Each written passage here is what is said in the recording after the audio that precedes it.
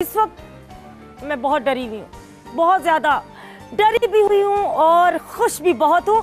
और मुझे इस बात पे फ़ख्र भी बहुत है कि आज हमारे शो में जो हस्ती आ रही है ये वाकई बाइस से फ़ख्र बात है हमारे लिए कि वो हमारे शो में आ रहे हैं, क्योंकि उन्होंने जितने भी शो किए, पाकिस्तान के जितने भी नाम हैं, ख्वाह वो सियासतदान हैं या शोबिज़ से हैं, उनके सामने बैठकर आप यकीन मानिए वो भीगी बिल्ली की तरह बैठे होते, क्योंकि कुछ पता नहीं कि वो कब कैसे और कहां उनको दबोच ले।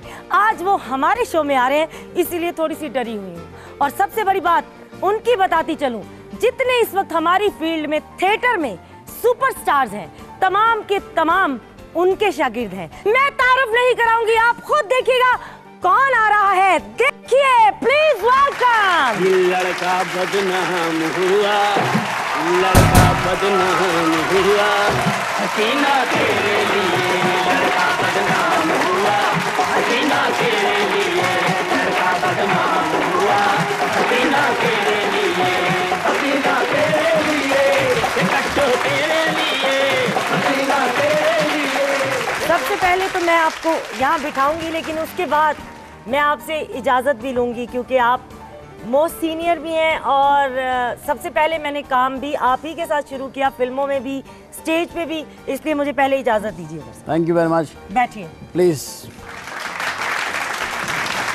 सच्ची में उमर साहब, मैं आपसे इतना डरी हुई हूँ कि आपका इंटरव्यू करना मेरे लिए फ़ख्र की बात है कि मैं आज आपके सामने बैठी हूँ और आपका इंटरव्यू कर रही हूँ। अब मेरे लिए बहुत खुशी का मौका है ये, इंतहाई खुशी है मुझे इस बात की कि जिन लोगों को मैंने इंट्रोड्यूस किया था आज सब अपने अपने मुकाम के ऊपर एक हैसियत रखते हैं और बड़ी हैसियत रखते हैं, और आज तुम ये प्रोग्राम की होस्टिंग कर रही हो। चले, मेरे अंदर तो आपने एक करंट देखा।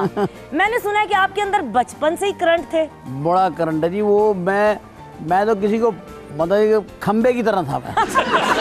यानी आपसे डर के कोई आपके नज़दीक नहीं जाता होगा। मैं असल में मैं बहुत दफ़ा ये बात करता था जब छोटा था, 4 साल का था मैं, तो मैं अपने बड़े भाई का बनियान पहन के अपनी कमीज़ के ऊपर, तो जाहिर है बनियान बड़ा था, बाहर निकल गया कमीज़ के ऊपर। अच्छा। तो मेरे किसी रिश्तेदार ने पूछा, भाई ये क्या पहना अपना, इतना बड़ा बनियान और छोटी सी कमीज़।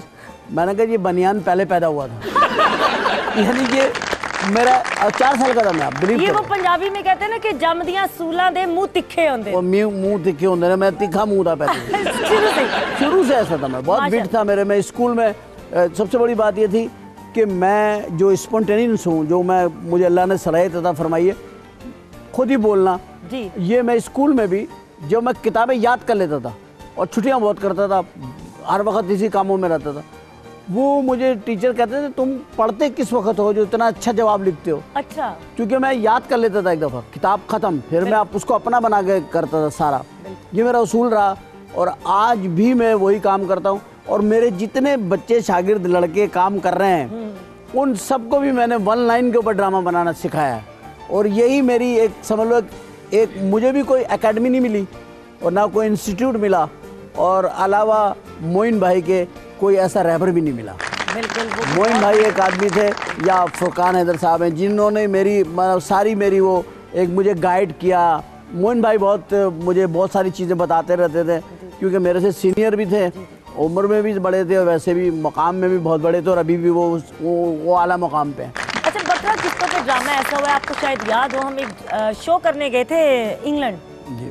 तो मुझे अच्छी तरह से याद है कि वहाँ रवीना टंडन आई थी। जी हाँ जी।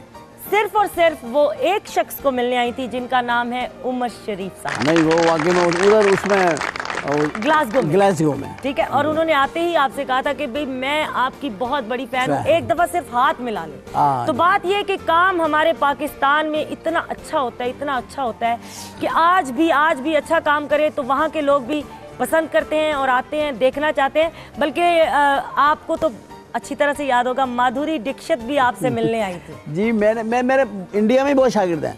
जी बिल्कुल। जैसे अक्षय कुमार है, बाकायदा मैंने धागा बांधा हुआ है इसके, गोविंदा के धागा बांधा। सर मैं आपको बताऊं, मैं एक दफ़ा इंडिया गई, आप यकीन करें उमर साहब, मैं आपकी बात काट रही हूँ, मुझे एक शख्स ने कहा कि आपने उमर शरीफ के साथ काम किया। मैंने कहा जी मैं उनके साथ फिल्में करती हूँ। आप बिलीव करें, उसने मुझे कहा हाय मुझे हाथ पकड़ा दो, आपने उनको टच किया।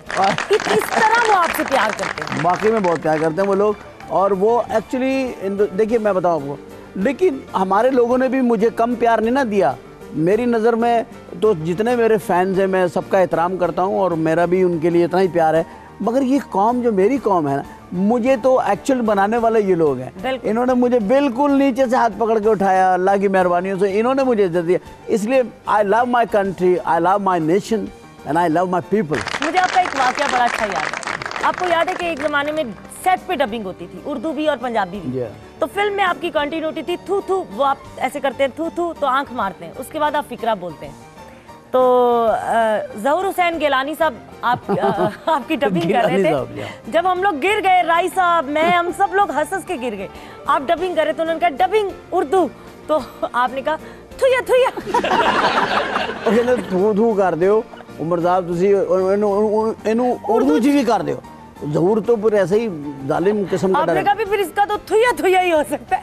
अब अगर मैं आपसे पूछूं कि 35 साल पहले आप कितने साल के थे तो आप बता देंगे? हाँ हाँ बता दूंगा। 35 साल पहले मैं 10 साल का था।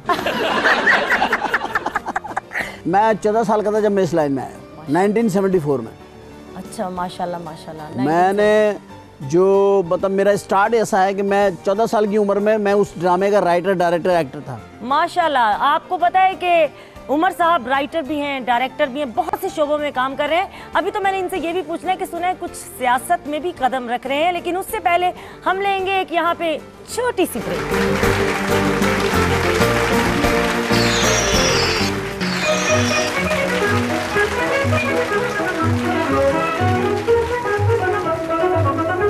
बदनाम